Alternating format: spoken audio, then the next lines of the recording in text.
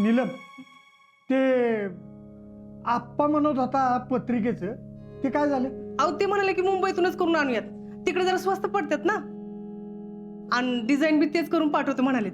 आणि रुखवताचं कुठवर आलंय? अहो तिचं रुख तर मी स्वतःच करणार आहे आणि चांगलाच करायचा आहे. सुमनच्या लग्नातला रुखवत तिनं खेळणी म्हणून खेळायला घेतला होता, आठवतंय का? होय, अख्ख्या घरभर पसारा करून ठेवला होता. काल परवापर्यंत रुखवता संगत खेळणारी पोर आज तिच्याच लग्नाचं रुखवत करायची घाई करायला लागणार आहे. अगं पोरींचं असंच असते, भातुकलीचा खेळ खेळता खेळता स्वतःचा संसार कावा मांडतात ना, ते कळतच नाही बापाला.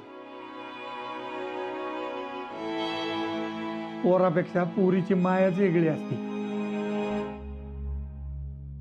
आता बघ, जितू आणि आप्पाचा जीव कसा तळमळतोय ती. शीतलीचं लग्न जोरात करायचं म्हणून दुबईला नोकरीला जायचं डोक्यात आहे यांच्या. दुबईला? ते पसरणीचे महागडे आहेत ना, ते तिकडे नोकरीला आहेत वाटतं, तर ते म्हणाले की ह्यांना पण दुबईला नोकरीला लावतो म्हणून. सगळं व्यवस्थित चाललेलं आहे ना, मग कशाला जायचं दुबईला? एकतर तिकडे गेलं की लवकर येता येत नाही. नाना हे म्हणत होते की आपल्यावर एवढं कर्ज आहे आणि शीतलीचं लग्न मोठ्या थाटच करायची इच्छा आहे त्यांची, तर ते म्हणत होते की आता नोकरी मिळाली तर तिकडेच जातो आणि चांगले पैसे मिळतात तर काय हरकत आहे असं म्हणत होते ते. आता लगेच काय निर्णय घ्यायची गरज नाही. आता हातात असलेली कामं हातावेगळी करू. साताऱ्यात जाणारच ना बस्त्याला, शीतलला पण घेऊन जावा. तिच्या पसंतीनं होऊ द्यात सगळं. वय आधीच तिला एकतर काय पसंत पडत नाही लवकर, लई वेळ लागतोय तिला. कशाला येळ लागल? शीतलनं केली खरेदी, ती बी एकदम स्टाईल मध्ये. बघा की शीतल,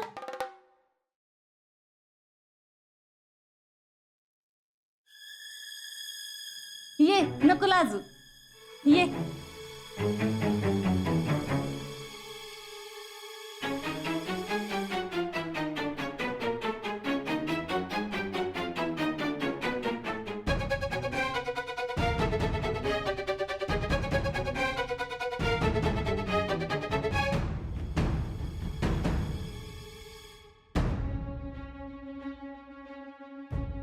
शीतल असं बघून तुम्हाला आश्चर्य वाटलं असेल ना? पहिल्यांदा बघितल्यावर मला बी तसंच वाटलं. मला तर वाटलं आपल्या गावात कोणी फॉरेनर आली का काय, अशी कोणी पोरगी आहे का जी जीनची पॅन्ट बिना बाह्याचं शर्ट पोरावणी घालून फिरल? शीतले, अगं हे कुठनं आणलं, कुणी दिलं ह्याच्यात पडायची काही गरज आहे का? पोर चांगली दिसती ना. 10 लाखात एक हिरोईनच.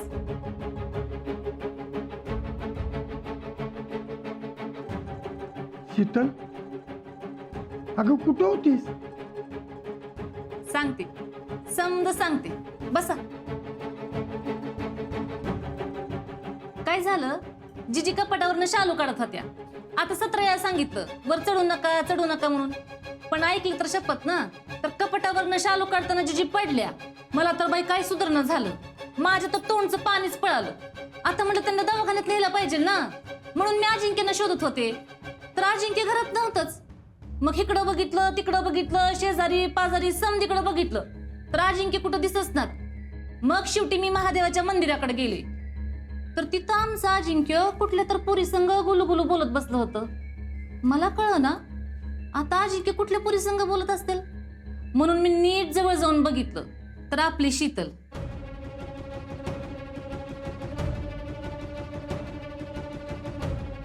माझ्या तर जीवात जीव आला बाई. आता लगीन ठरलंय म्हणल्यावर बोलणारच ना. कसं आहे, आयुष्यात पुढे जाऊन काय करायचं काय नाही ही पोरपोरी आधी ठरवतेच की. तसंच त्यांचं बी चाललं होतं, आणि तसं बी ही काय कुणाला भीतेत वय. आता मी बी जाणार नव्हतेच, पण अडचणच तशी होती तर काय करणार. तसं बी आता आमच्याकडे असं चालत नाही, पण असू द्या मी घेईन समजून. पण आता आपण गावात राहतो म्हणजे अशी जीनची पॅन्ट आणि शर्ट घालायचं आता नव्या जमान्याच्या पुरी आहेत, फॅशन आहे, ही समज जरी खरं असतं ना तरी फॅशन कशी करावी ही कळलं पाहिजे. एवढ्या बाबतीत बाय माझी जैडी असते का कधी काय फॅशन? मग हिच्यापेक्षा शिकलेली आहे, पण कशी साधी सरळ आहे का नाही? कसंय शीतल, बाईचं वर्तन हीच बाईची फॅशन असती. मी नाही म्हणत हे असं करणं चुकीचं आहे म्हणून, पण आपल्या गावात चालत नाही ना. तरी नशीब मी होते म्हणून. माझ्या जागी जर गावातली दुसरी कुणी बाई असती तर तुम्हीच सांगा काय झालं असतं. असू द्या, पण चांगली दिसती पोरं. सुमन, दृष्ट काढ बरं का तिची. बरं येते मी.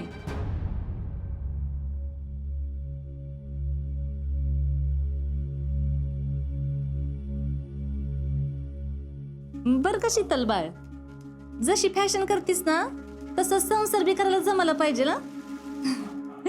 सुमन, नजर काढ बाई हिची. हा, येते मी.